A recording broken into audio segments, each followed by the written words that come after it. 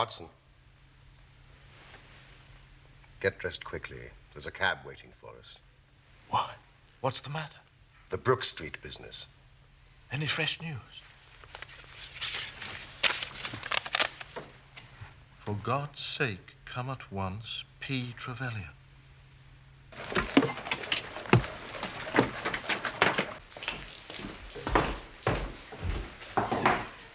Has the body been touched? No. Where is the page? Nowhere to be found.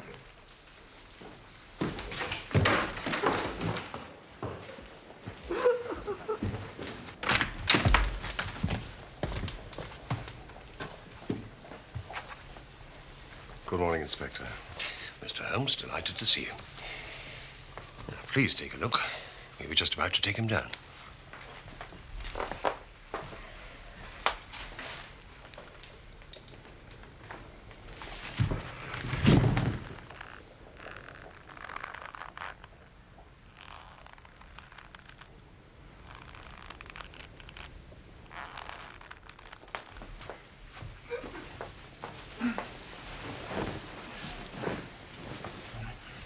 As far as I can see, the man was driven out of his senses by fright. The bed has been well slept in. There was his impression deep enough for all to see.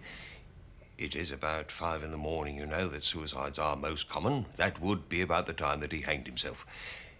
Seems to have been a very deliberate affair. Yes, from the rigidity of the limbs, I'd say he'd been dead about 3 hours. Thank you, Watson. Noticed anything peculiar about the room? I found these in the fireplace. Huh?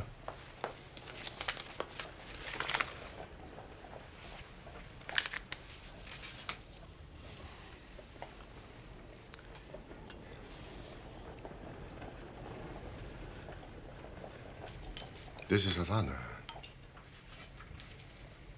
And these others are the cigars of the peculiar sort which are imported by the Dutch from their East Indian colonies.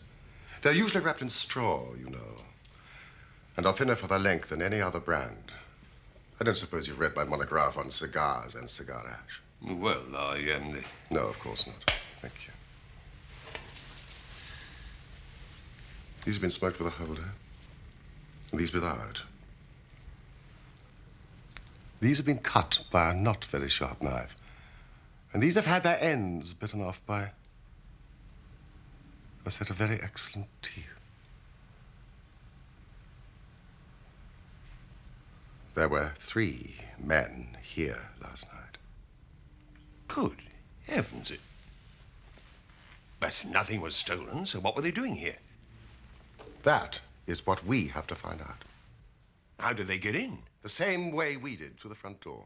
If the door was barred in the morning... Then it was barred after they left. Well, how do you know that? I saw their traces. If you will just give me a few moments, Inspector, I may be able to give you some further information.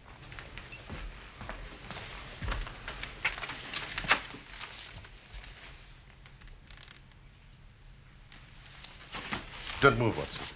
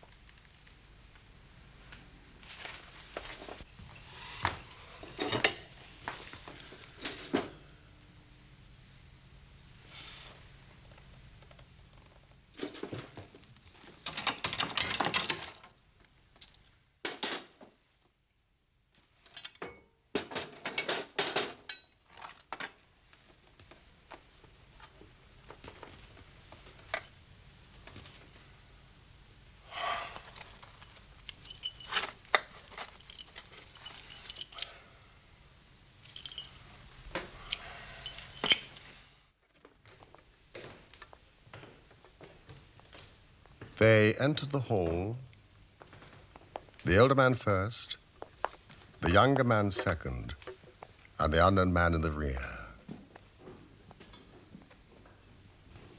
They ascended the stairs.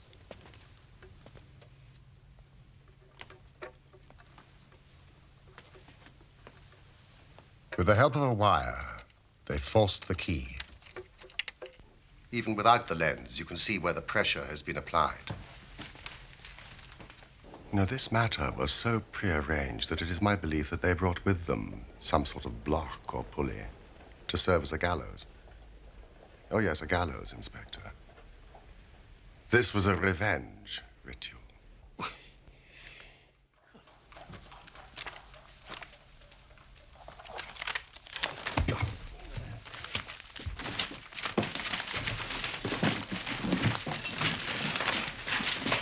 I dare say Mrs. Hudson will be a little put out when she sees all this.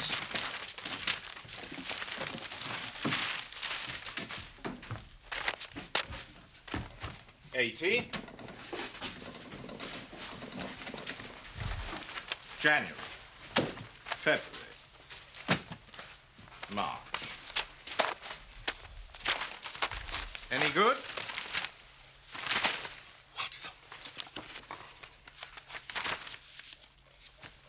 Blessington. Ah, thank you. Biddle, Haywood, and Moffat were released from prison just a few weeks ago, which was several years before their full term. It was news of their release which caused Blessington to panic and have this house secured. So it was not the fear of burglary that had frightened him? No. That was a mere blind. And so setting me up in practice was an elaborate charade to protect himself.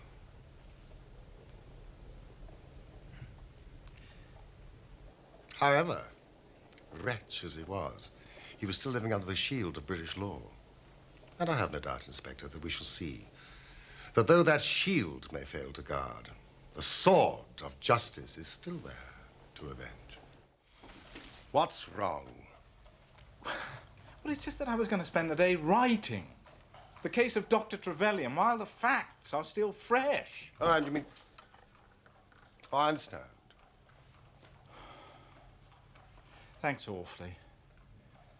It's just that it is difficult to concentrate otherwise.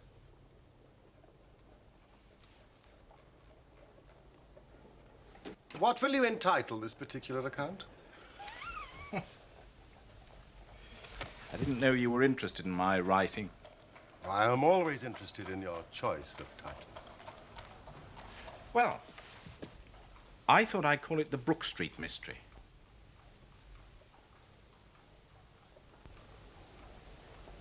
No?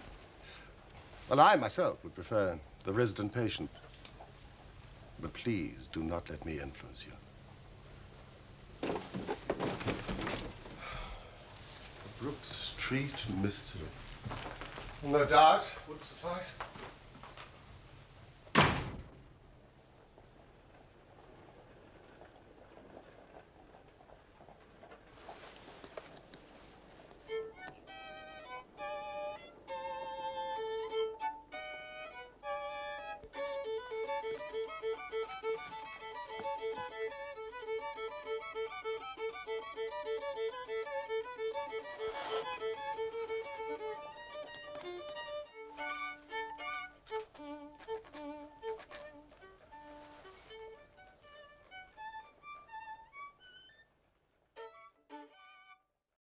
Hey, just before you go, if you want more relaxing stuff, you might know that I wrote a book, 7 Habits of Calm and Happy People, and now I even made an audiobook version. It's the best habits that work for me for being more calm, more at peace, and I think you're gonna like it too, so you can find it for free as a gift at findcalm.com/book. findcalm.com/book.